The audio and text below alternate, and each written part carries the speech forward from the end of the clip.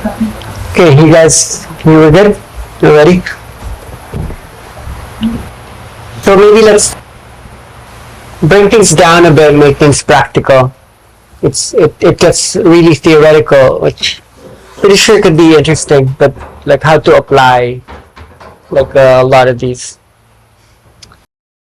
Let's go into the touch aspect. Like it's always interesting for people. How do you know how to hold bodies? People ask that a lot, right? What does it mean to hold the space? How to hold? It's not really clear how it works because the body is really complex and we can't take it literally. Like, oh, you hold someone's heart. Does that actually mean anything? It means something, but it's not a simple meaning. So let's look at some possible understandings and we will take this deeper in the next days. And we'll keep it conversational, so I really like it when sometimes there's questions that you could just lay out there and then it might be something someone didn't think about. And then it helps us all to structure and look at layers, right? Go deeper. So we've spoken quite a bit about brain parts. We've looked at the emotion, the thinking brain, the old brain system. We went into the brain regions. Today I'd like to look at memory because we spoke a lot about language, aphasia, which is losing one's memory as well. Like I talked about Mario. So we're able to not just wipe out the Broca's area, which is responsible for language production, the Wernicke's area, which is responsible for language comprehension. We can also affect memory in a really beautiful or intense way. This is the hippocampus. If you forget it, just think of a hippo, maybe a camp of hippos. Hippocampus helps you to remember the thing that's responsible for memory itself. And when you notice it, it's right next door to emotion, the amygdala's emotion. So it's right next door to emotion. You want to trigger memories, you trigger emotion. It's right beside the bus station, the thalamus, right? That's where all the sensory pathways meet. And then this is the striatum, the caudate nucleus, the putamen, the globus pallidus. But this is our central focus today. What is the hippocampus? What does it do? How does it store memory? I think that's really, really interesting. Now, when you look at the neocortex or the gray area,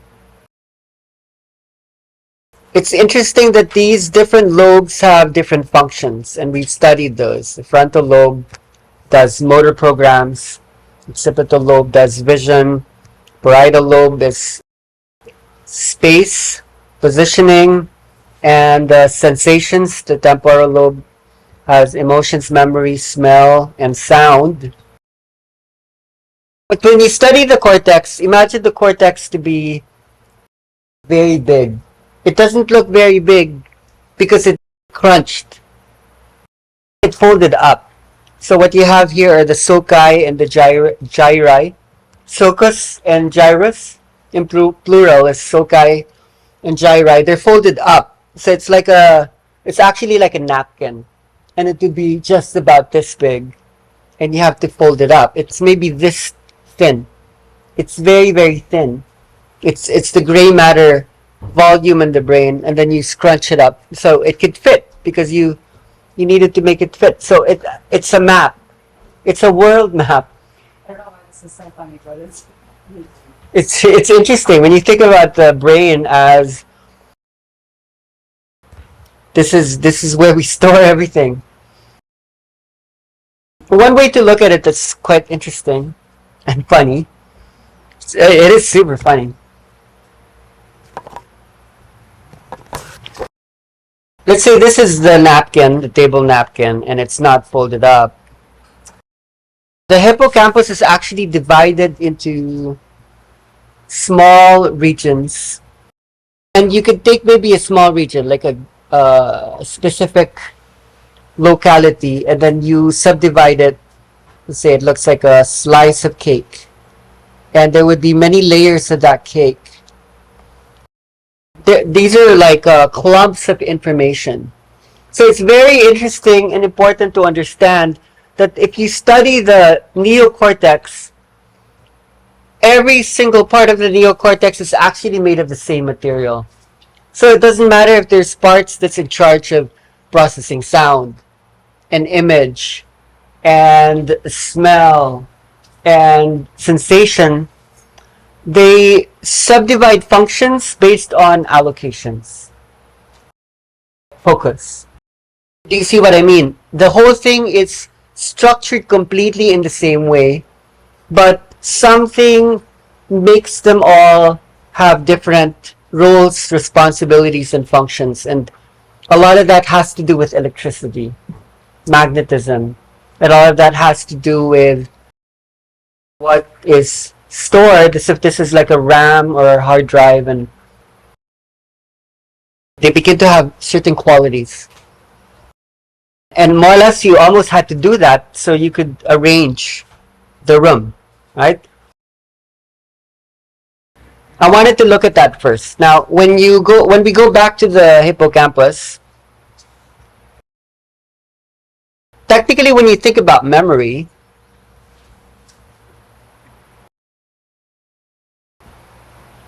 initially, scientists thought that memory was here in the hippocampus. It's not there. The memory is all over the brain, and it's scattered all across the body. They initially thought that the hippocampus was the storage for memory, because when people damage their hippocampus, they don't remember anything. There are people who lose episodic memory. They develop amnesia, and a lot of those people, it's because they develop lesions. They damage that part of the brain. But there's enough knowledge and findings right now that understands that the hippocampus is more of a GPS system. It helps you to navigate where the information is. So understanding the information is everywhere across, especially the neocortex. The hippocampus is the GPS system. It helps you to locate where are things stored.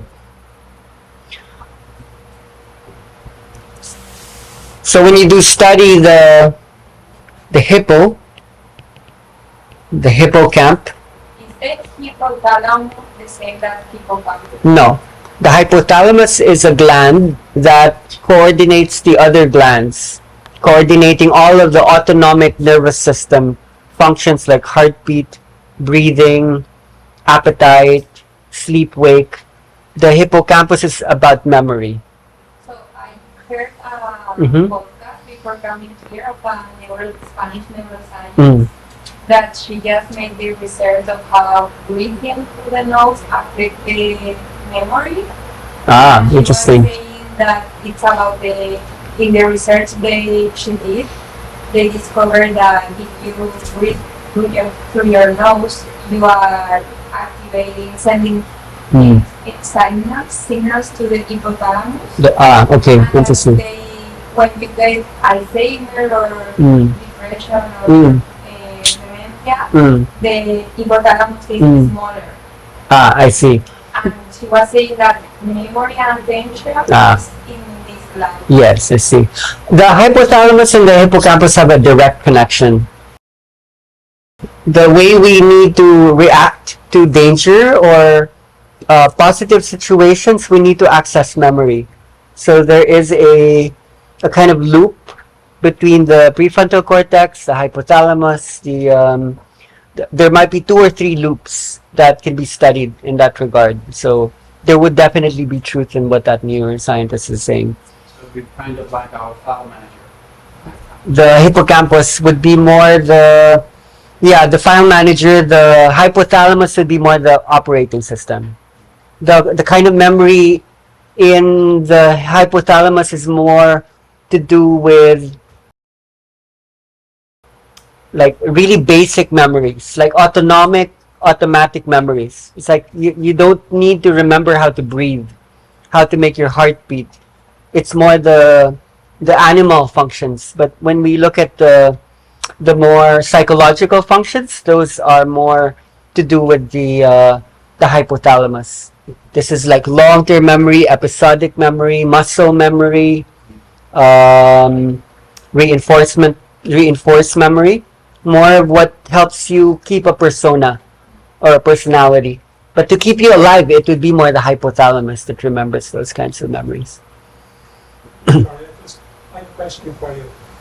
When I was studying on a Saturday morning, I was studying at 6 o'clock. At about 3 o'clock, I would take an hour's sleep. And then after I do the hour's sleep, I'd revise. And I would get the photographic memory then. Yeah. Is there a connection? Must be a connection between sleep Yes.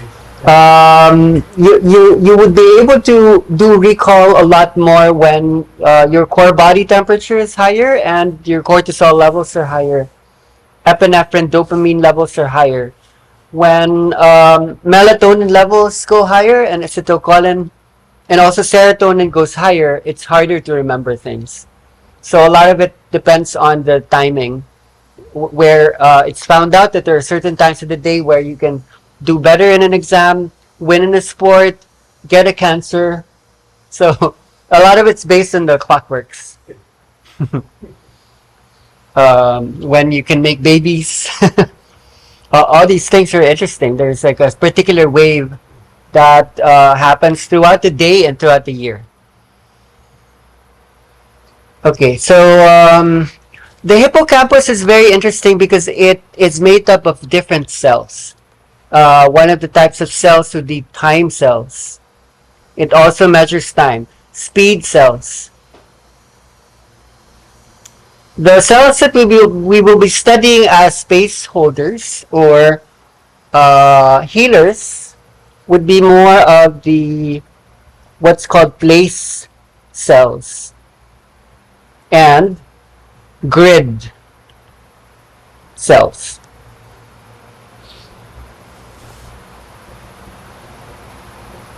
So the place cells tell you where things are. So for you to remember, there has to be placement. And then the grid cells tells you where everything else is in relation to that very thing. Like literally, it's the grid. And this is operating all the time. Place holding you. Grid cells what? Sciences, right? So let's say this is the grid, right? This is the grid. So the GPS would need to know how this particular place would be related to all the other places. Okay? There are cells that interconnect all the sections together so that you don't lose the points in the map. It allows you to hold like a network. That's how memory works. And there are different, let's say, network. When you say grid cells, there are different networks that you're able to hold. One network would be called the iconic network. The iconic network is the network of all the images you've ever seen. All the colors and shapes, you organize that in your brain. There's a very complex organizational map of all the images that you've ever seen. The echoic network would be all the sounds. They're networked there that might have familiarity. And the semantic network would be all the concepts and the words that you know. They're mapped out like a universe of meaning inside your brain and across your whole body. Quantic or semantic? Semantic. Semantic. Semantic. Semantic means meaning. Okay, so we can do stuff with this now that we have defined these. It will help you to understand what are we doing when we hold space, when we hold bodies. So I do feel it actually is meaningful when people say hold space. What does it mean? How could you hold space? It's a space. It's empty. So when you, I don't want to demo this because it's quite easy already to configure, and we can do a practice session this afternoon once we pick this up. When you ask someone to lay down, I'm going to give techniques already. These are tools. These are actual techniques to put it to mind. When you ask someone to lay down and then to close the eyes, your first job is to displace people's sense of location. You want that to go away. Because if they're here, they're held in place. And what you want to do is to displace them. You want to dislocate them. I can see your eyes are, what do you mean by that? They can't be here anymore. If they're here, they're too much in the present, where okay, I'm still here, I'm limited, I'm just here today, and for you to expand them, you need to displace. You actually need to deactivate the place holding capacities of the hippocampus. So all these techniques that people intuitively learn, like extending the body, holding parts of the body that stretch out the consciousness, so that if the mind was stuck here, like holding the toes very gently will bring the attention there. And then I would even leave, or I would walk around the room. I would confuse the sense of location. You would do all of these things to dislocate people's sense of being here. You would confuse that, to make that extend, to go bigger, to become, to go inside. So there might be certain things that you say, that might be certain sounds that you use. There might be ways of touching the body that dislocates. Is that making sense to you? It's a very, very basic principle that shuts down some of the hippocampal functions.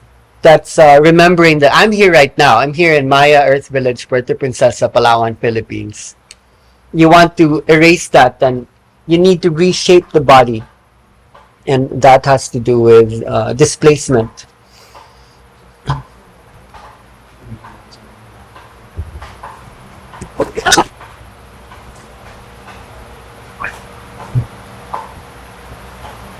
Okay, so It's like confusing them. it's like you're taking them away from being stuck just here. That's why the laying down position had been the most effective so far, because when you disrupt the vestibular balance of being upright with the eyes open, that already is sending so many signals to shut down the hippocampus, to get people into what is beyond just right here in Maya Earth Village in Puerto Princesa and Palawan in the Philippines. So from then on, after that moment that you have displaced, there's so many directions that you can take people through in concordance with the hippocampus. Now, a lot of the techniques people do have, it could either be verbal or non-verbal, which means explicit, semantic, meaning-based, or unclear, unconscious, or non-verbal. So what does that mean? Unconscious actually means non-verbal. What happens when you use words? Understanding enough about brain regions, when you use words comprehended. When people understand words, what comprehension. When people understand a word, they have to light up numerous brain regions. They have to light up the parietal cortex, the temporal, and the occipital especially. And then they need to send that to the dorsolateral prefrontal cortex to be processed. When you're doing that, that's a very different energy as opposed to there being no comprehension. So let me see. If I do a Scrabble here, this still means something. If I say that, you would still have an image. But let me see. If I make you read that one, your brain won't light up in the same way. You won't light up you light up some areas, but it's not going to comprehend it. It's not going to be the reading part of the brain. Words. It's just a bunch of squiggles for your brain. So when you use words to people, it creates a container. It holds meaning. So a lot of you will not always use words because it's very interesting to also not use words that people understand.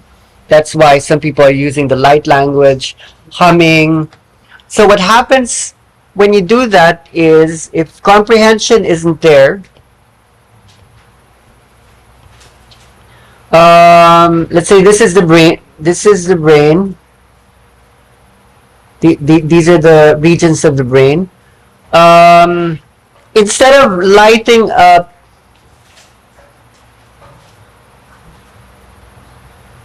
all of these in a way that they connect, you can light them up in a way that they would disconnect from each other.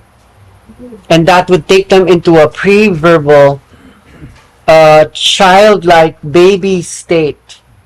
It would further displace people. So that's a choice that you have.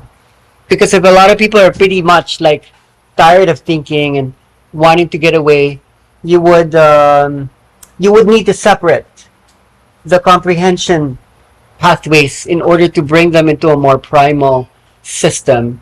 So that would be still certain ways of touching, certain ways of holding.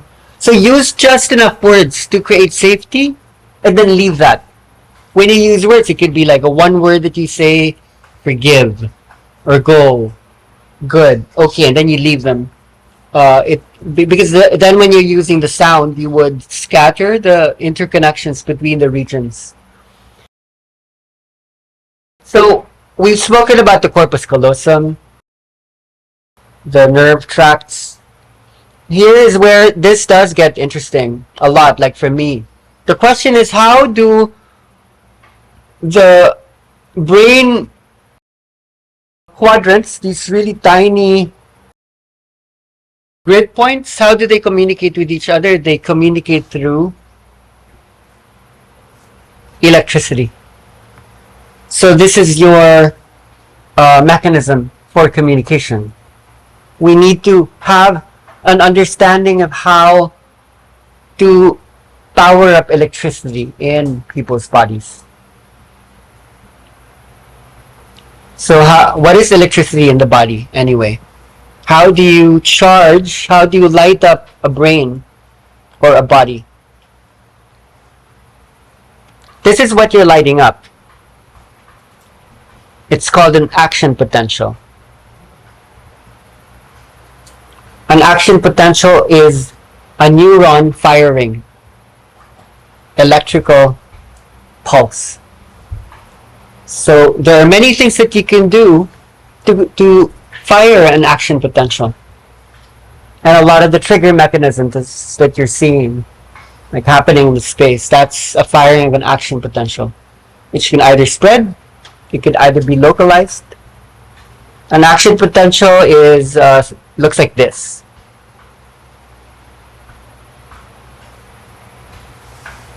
No, that shouldn't straighten.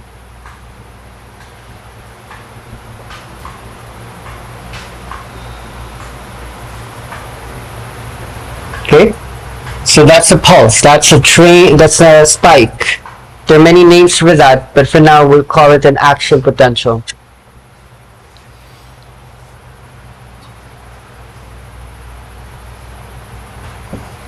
A big reason why this happens is you were able to open up this is the nucleus, this is a cell.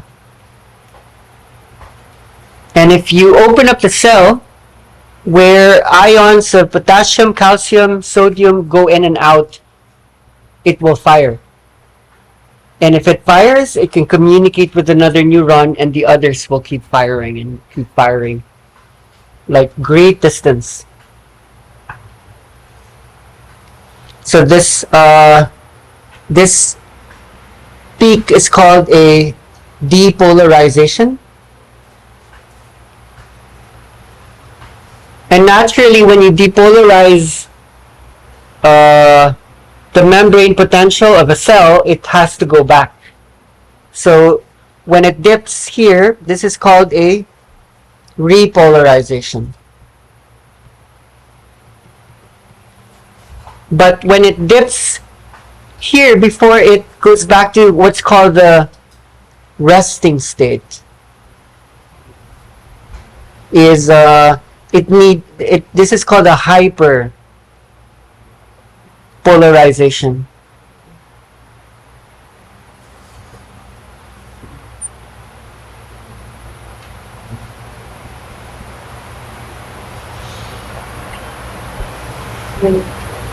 What's the name of that? Hyper No, that's what they. depolarization. Depolarization. So if you want to think about the smallest possible understanding of brain activity, that leads later to like an image appearing or a feeling inside coming up, an emotion, it begins there. Everything begins there. That's where we have the understanding that we are made of light, that we are electromagnetic beings. And you're experiencing quadrillions of these. You don't need to be in an expanded state. You could just be here, just sitting up. You need to undergo action potentials just to coordinate that you don't fall down. For you to have a thought, you need to light up these. So when you start observing bodies, I don't know how you might use this, but this is what's happening anyway, without you understanding or not. So this is a consequence of the introduction, like inviting them to lay down, closing the eyes, displacing them? When you ask them to lay down, they are more in the resting state, right? And then when you create a trigger, there would be a spike, a possible spike. Anything that might trigger a spike. Touching them? Yes. Words? Sound, words. Any thoughts? Yes. Okay. I have a question. What is the difference between, like, we talk about electricity and light and all of these energetic things in the brain? I don't know how to But then what's the difference when you talk about prana, chi, energy, chakras? Like, is the same thing that we are talking about? Because we have a body then that has to translate in the body. So prana in the body is sustained. Yes. Oh yeah. I like when I talk to Sandra. One of the things we do agree with is she likes the word light, as opposed to energy and prana and all those other words, because light bears a lot more meaning in science and in spirit. You can measure light. You can have a relationship with light that has. When you talk about prana, it's just one. When you talk about light, light is electricity and magnetism. It's the masculine and the feminine turning into each other like a double helix. So you can do stuff with that. Many things to understand the duality that comes into oneness. But the moment you hear prana, it's just one thing. And it's not as structural. And for example, the meridians in Chinese medicine, how it will be in the scientific community? Well, there are electric pathways in the body. So I don't know how that would be different as well as the nadi. Is that the nadi system? It's the same thing. It's just meridian in Chinese medicine means a root, like root. Root. Root? Like route. Route.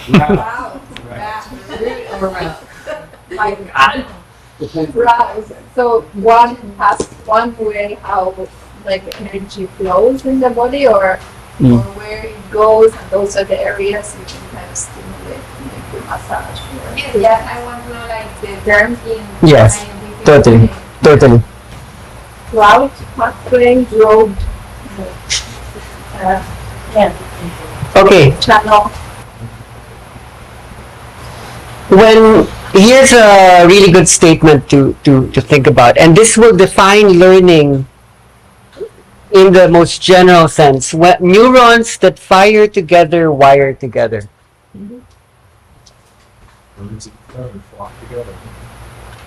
This is Hebbian learning by Donald Hebb. Neurons that fire together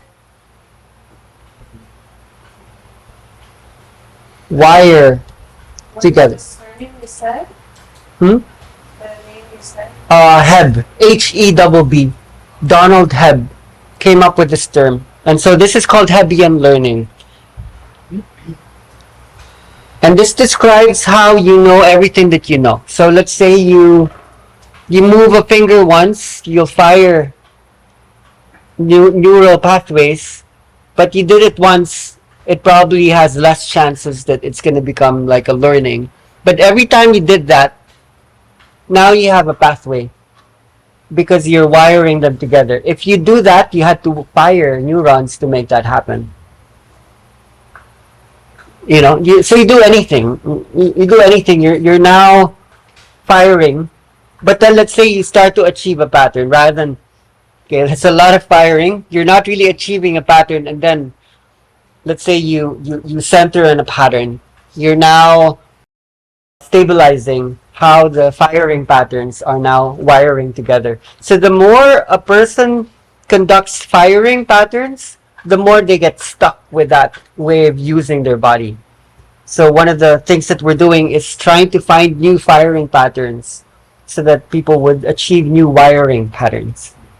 That is how learning. Do they know whether that stuckness, the pathway, is it a theological thing or is it actually a memory thing? Yeah. With the cell, the system actually changed and become hardened in some way. Yes. Or is it actually memory that? Like what we're describing here would be the neural theory for how memory then becomes possible. Memory is built on associations between different experiences, and a lot of those had to be mapped. Let's say, especially the ones that were more traumatic, the ones that more repetitive. So then you invested more in that place in the brain. So for example, most people here would remember what they were doing during 9/11. But a lot of people probably don't remember what they were doing in 9/13 or 9/15. Because the hippocampus is so near emotion, when emotions flame up, like the firing patterns are strengthened. So people tend to remember more the emotional encounters as opposed to the ones that didn't have as much of an emotional charge. But yes, like this is more the neural theory for how later memories can solidify. There are amazing people who have these impossible memories. This is Australian woman who's maybe one of the most studied in the world. She doesn't forget anything. She knows what was on the newspaper 30 years ago. You might want that she's suffering. She can't forget anything. It's crazy. She doesn't know how it's done. And then when they try to study her hippocampus, it looks exactly the same as other people.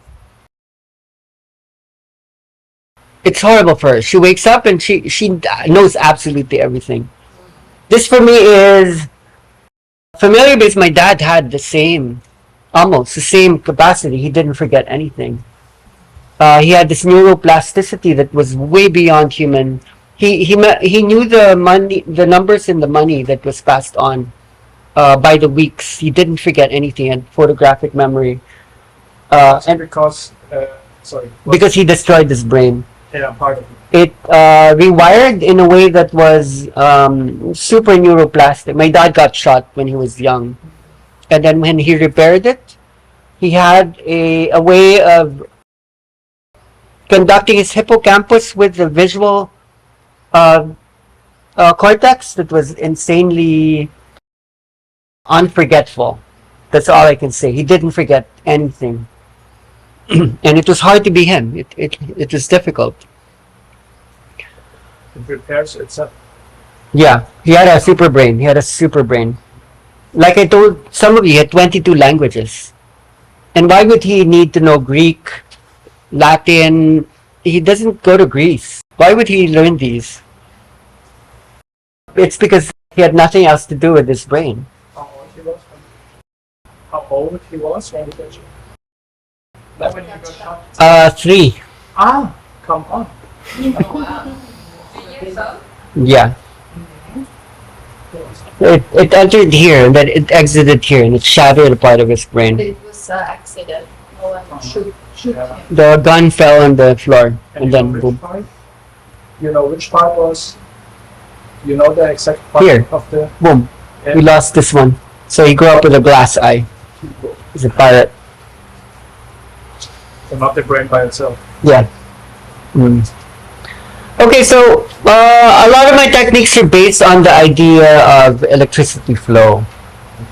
It's really just about how cells and neurons can communicate with each other. Now, in the past, scientists believe that it's really just neurons that communicate electrically. But what we're finding out is that all of the cells actually communicate with each other through electricity. And this is fantastic. This is actually really, really cool. You can conduct telepathy with the body through all these different techniques that we're learning. So I thought we could have fun with this today. How you might discover, because when you hear about this, it actually makes you want to try it out, like on people. Work the same way. Nerves, meaning nerves are neural. Yeah, they're neural in nature. So these insights are more to do with nerve cells, but when we talked about the SA node yesterday, the SA node are made of cells which aren't part of the brain, it's part of the heart, but they work with action potentials. So for you to coordinate your heart rate, you still can't escape action potentials. When you play a certain kind of music, the action potential will rest on a beat. It's called a pulse rate or a pulse pattern. And the body will synchronize to that pulse pattern. So there are coordinations between everything that you do that will later find synchronization. When we brought up the EEG, you literally saw the action potentials then and there blipping up, especially the Singapore EEG, which some of you haven't seen. When you see the jumps, that's an action potential, synchronized with all the rest that's happening at the same time. Here's where we would find these interesting later on. When we study how meanings are structured in the body later, and we'll go into embodied cognition about that, a lot of your thoughts begin with how your body experienced the world. So a lot of your body knowledge is pre-conceptual and pre-verbal. They're very, very basic. They're called primitives. And when you touch the bodies, you're not really holding concepts. You're holding primitives. So primitives are very, very simple information. When I touch a body, for example, here are my messages. Big or small. High or low. Empty or filled. Or inside or outside. And I would go into repetitions and alternations of one or the other. So when I hold a body, either hard or soft, or a lot of you don't even hold bodies, you hold the etheric. Certain things that you do would communicate to a body.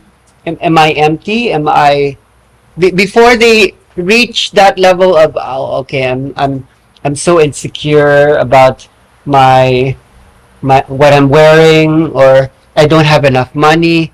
A lot of that's actually rooted in the primitives. So when you speak to a body, you begin with the primitives.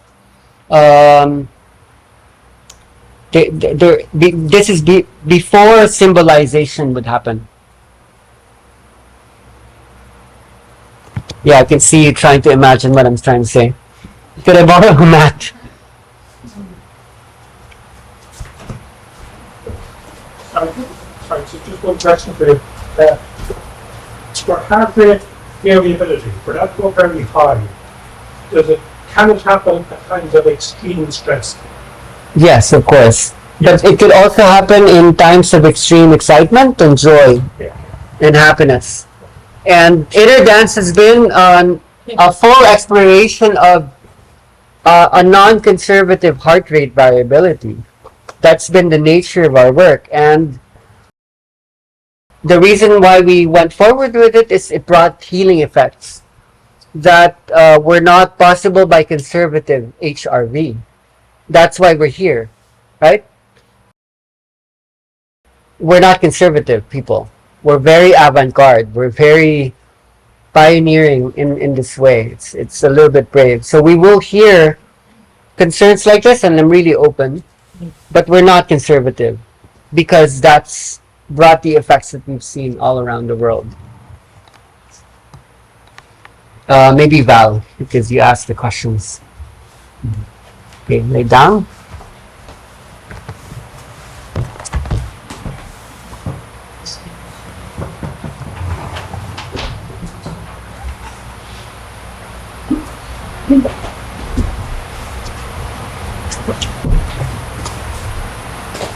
Take it slow.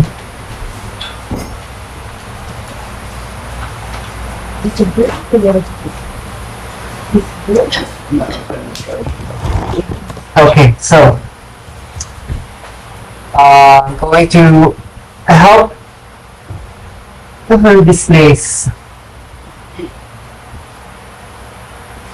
So I'm looking for ways to detach thoughts from body.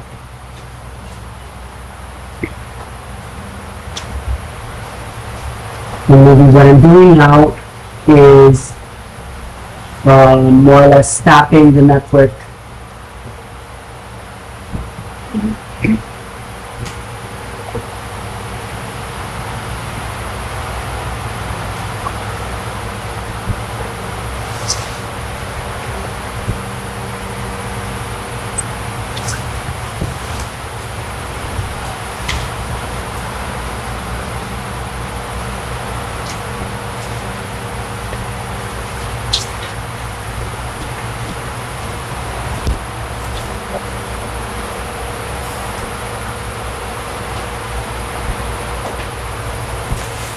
And the exercise I'm doing now is looking into how she might hold different layers of information all at once.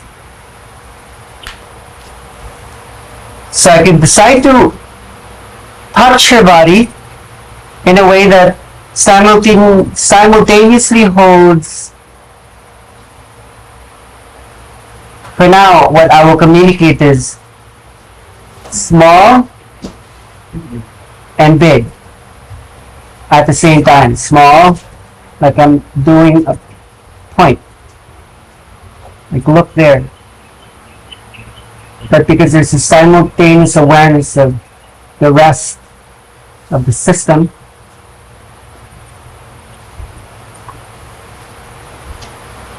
then especially when I press hard. Now, the portals of the body, the openings, the soft spaces, the joints especially, are very vulnerable to electricity activations.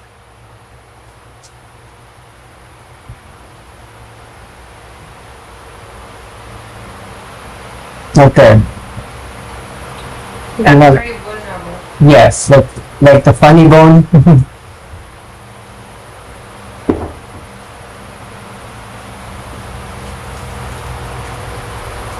And then when I look at my energy to the fingers as opposed to the palms, either this localizes, this generalizes. So when I do this is very, very different. This is more an awareness of the big as opposed to the small.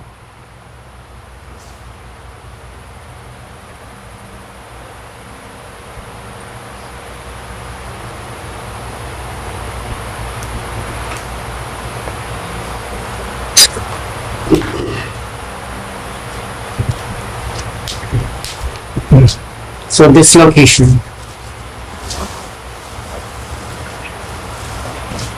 Anything beyond or outside of what is held in place.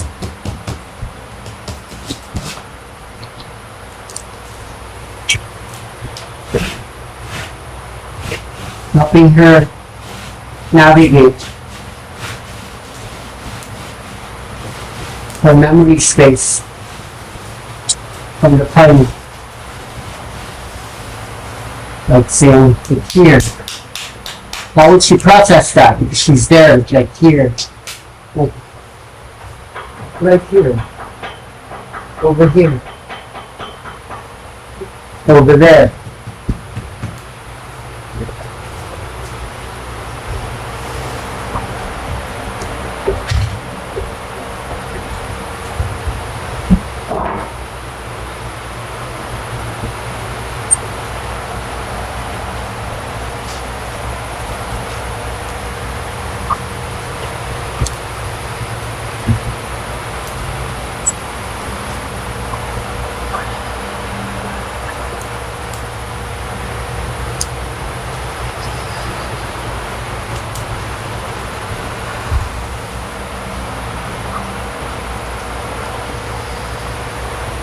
So no need for music.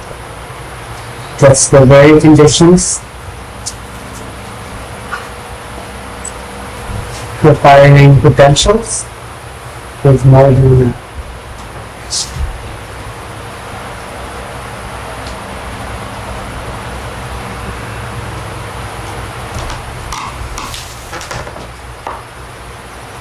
So it's very important to understand that memory, attention, thoughts are a conglomeration of images, sounds, but what glue those together are movements. Not necessarily body movements, they could be energy movements. All the movements that have happened in the past basically establish connections between the points. So a movement doesn't need to be a literal movement. It could literally be the relationship between like two areas.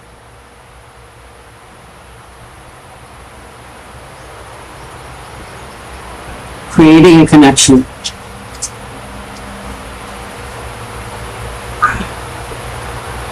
It could be two areas. And I can be patient. I don't need to do too much.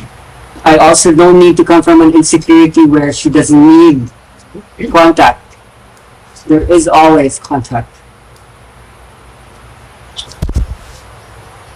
Then there could be 4 connections.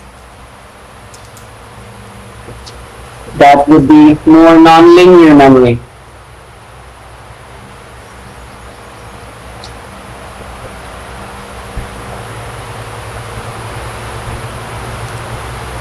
Now, one of the types of cells in the hippocampus is called the head direction cell. And a lot of those are tied into the auditory system. So a lot of our awareness of what we had heard from one side or the other, it's very connected to memory.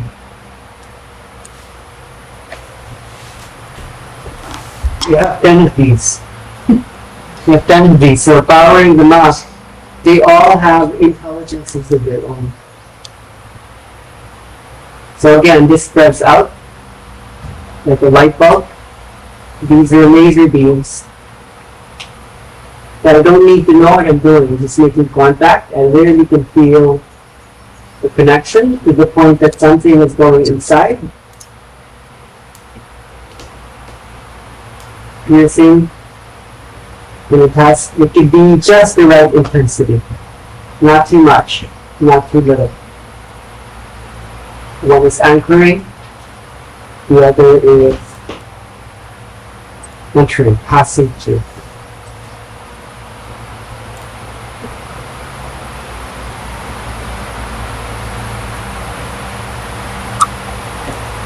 And still just use that same intuition that we had.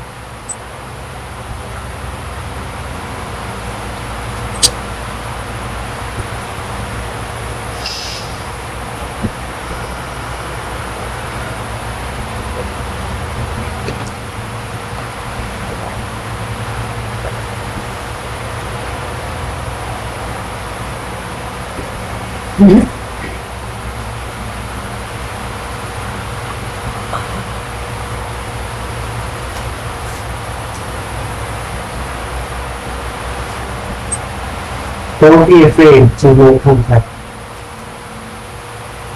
The contact itself informs you.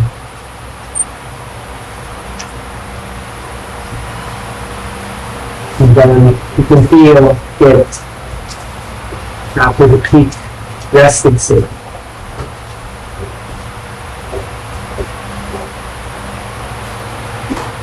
It's regionalizes, but you can help to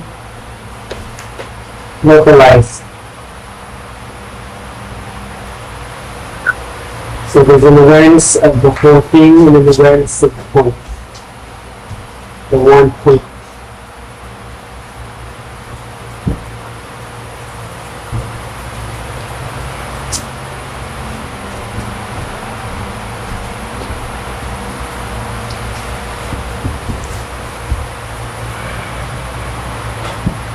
Now, placement, even the smallest changes makes a world of difference.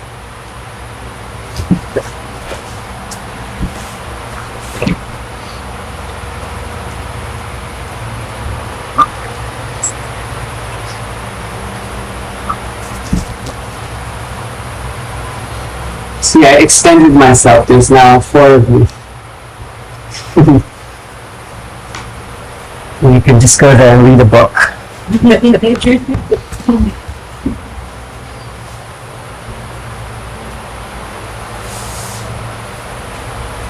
And all of these are locations in space.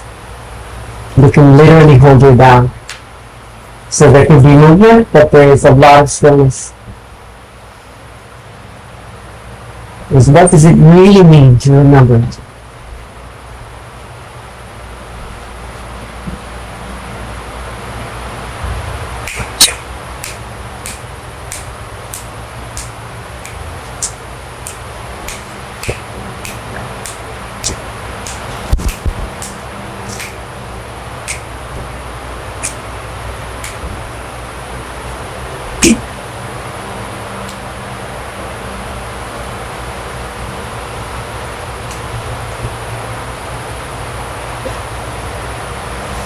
Pulse,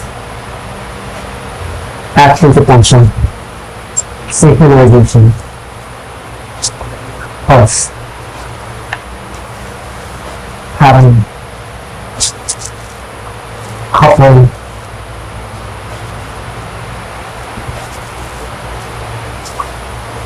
the slow and the fast engaging each other.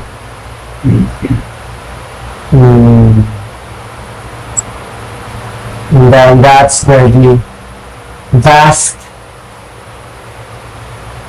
displacing. You're now the place does not hold your freedom. Just space. Nothing but space. It's a space looking at itself.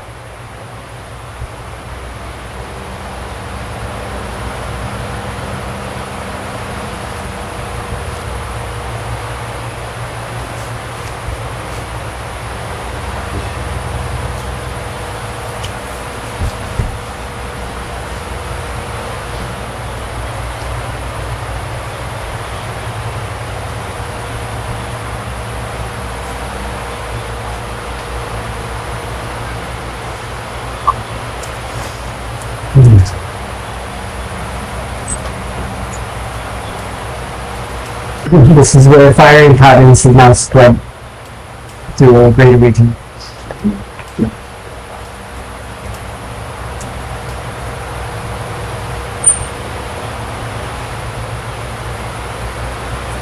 This stage, just the least invasive, the least coercive. The sensitivity is so high, more the etheric, the energy level.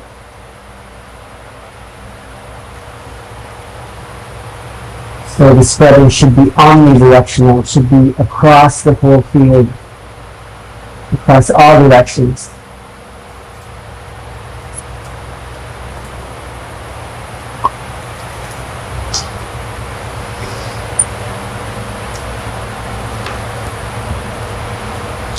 You have to be like a ninja or a cat when you walk. So it's not the reflex, but it's from this place.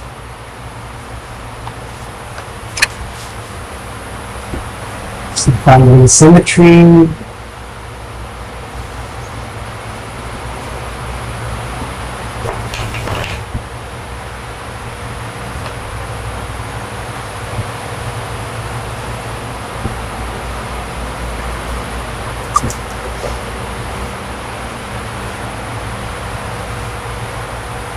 This is the hippocampus.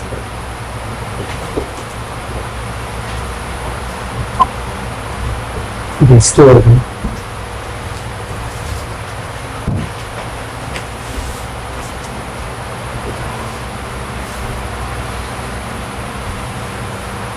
Consolidation.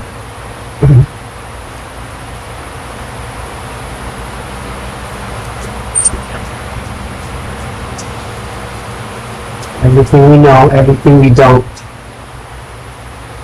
In the space of everything is known.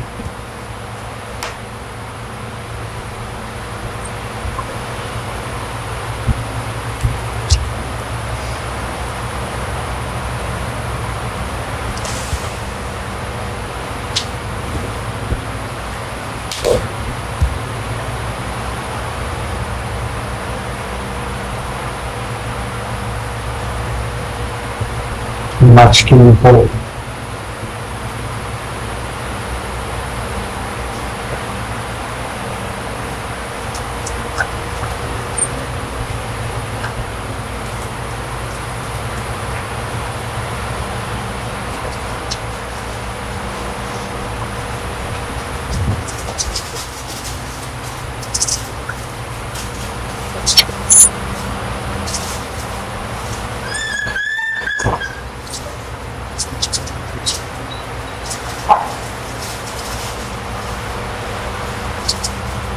Everything.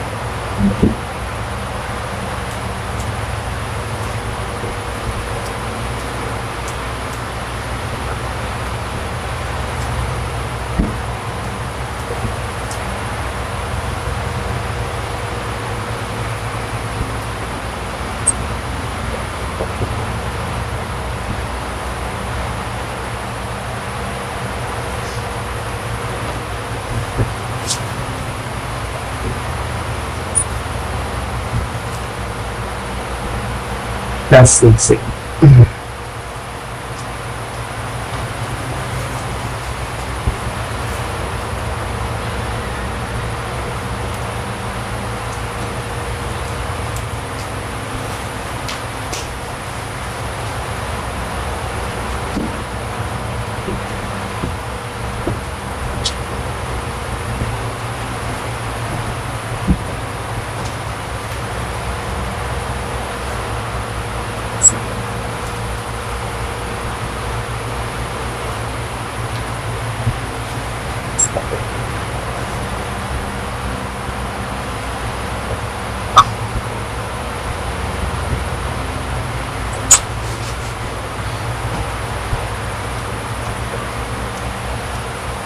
Ito lang si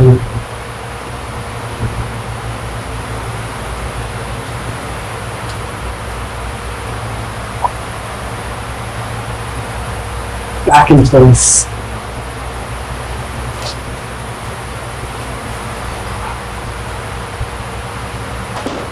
And the pieces back in place.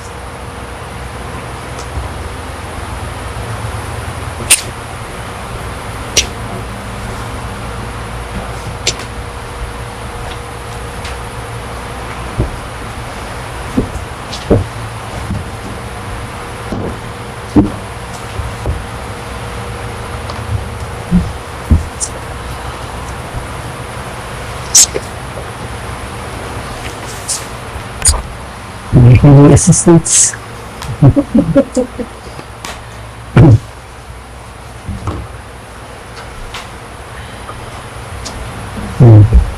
Thank you.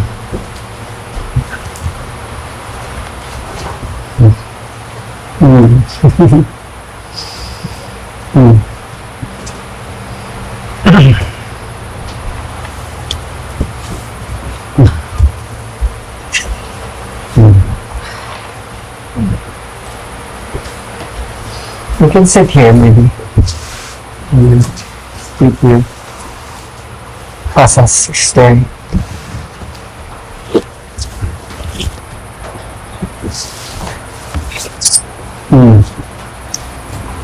Wow. First of all, thank you so much.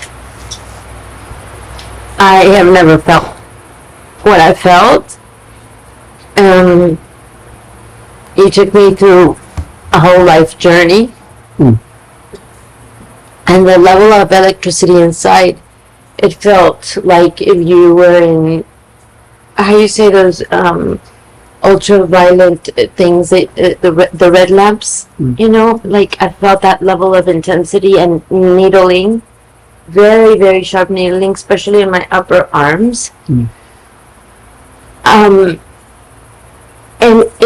it was a point that the electricity was crossing, like extremities, point to point. So I just let that energy lead me to whatever it needs to lead me, and my heart felt like it was expanding at the same time that all this electricity was coming about. And the one point that I can recall, if I can put it into words, is when you put your hands over my entire face. The whole, like the heaven came down. There was this light celestial color light that I can't remember what word you said that really triggered me.